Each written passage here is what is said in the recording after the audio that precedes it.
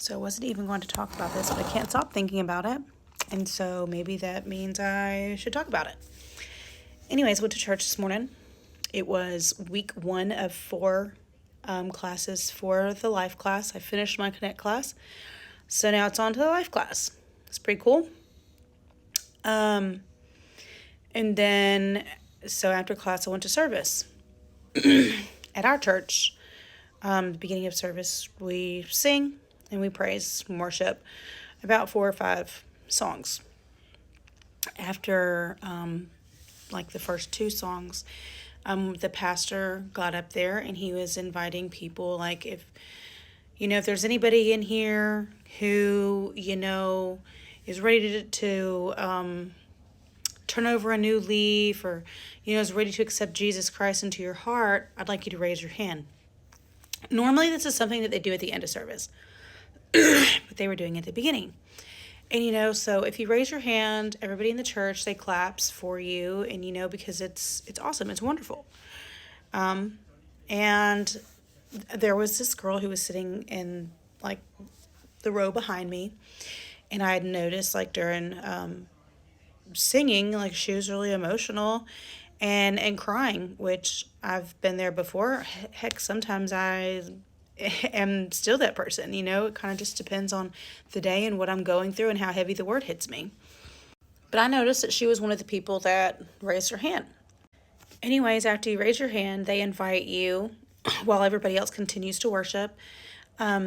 They're like, if you raise your hand, I'd like to invite you down to the cross, and we're just going to pray for you. You're not going to become like a member of the church or anything. We're just going to pray for you, and we're going to give you a little bit of information. And it's just like some stuff to tell you about the church and about your walk with Jesus, and just how to move forward in growing and walking in your faith with Christ. And I noticed that although she had raised her hand, she wasn't walking up there. And I felt the Holy Spirit tell me, offer to walk up there with her. And I was like, no, I can't do that. I'm so embarrassed. What if she says no? What if she tells me to mind my own business? I was just like, it was just scary. It was just scary. And I was like, I don't want to do that. And the Holy Spirit kept telling me, just do it. Just do it. Just do it. And I kept saying, no, no, no. And then my opportunity came and went. And then I felt really guilty. And I felt really bad because I was like, I wish I would have just done it. Why am I so scared? I hate myself for being so scared. And so, when we're done worshiping, I think we sang like one more song. After worship, I got one of these out of the chair back in front of me. And it has a spot on the back where you can write down your prayer requests. And I was just like, I'm going to write something to her. I have this one as a rough draft. I looked back and I was like, this is messy and ugly. I'm going to make her a nicer one. And I did reword it a little bit, but just short. I'll read some of this. I'm not going to read all of it because some of it was different on the one that I gave her. But I put, my name is Emily, but that's not important. I'm new to this and have never felt compelled by God to reach out to anyone. The Holy Spirit was poking at me and telling me to offer to walk to the cross with you, but I was too afraid. I'm sorry for that. I just want you to know that you're in the right place and that God is ready to move mountains in your life. He's been waiting on you. And then I said some more stuff. And then I told myself, I was like, I'm just going to give this to her at the end of service. I'm going to hand it to her and I'm going to run away. Because I was scared. But I had genuinely felt bad. And just seeing how emotional she is, when you're in that state, you just kind of can tell when somebody's like going through something and they're going through something heavy, and God is really just, holding them. And it's an overwhelming feeling, and it makes you emotional. Anyways, I finished writing this and I'm listening to the sermon. And the sermon is over obedience. Of course it is, right? God was still poking at me the whole time. And the story that they were referencing in the Bible about obedience was when God told Abraham to sacrifice his son Isaac. And it was just talking about, don't question God. show your faith and your love in him by just being obedient, by just doing what he's telling you to do. And yeah, and I was listening. And then lo and behold, at the end of service, I had another opportunity.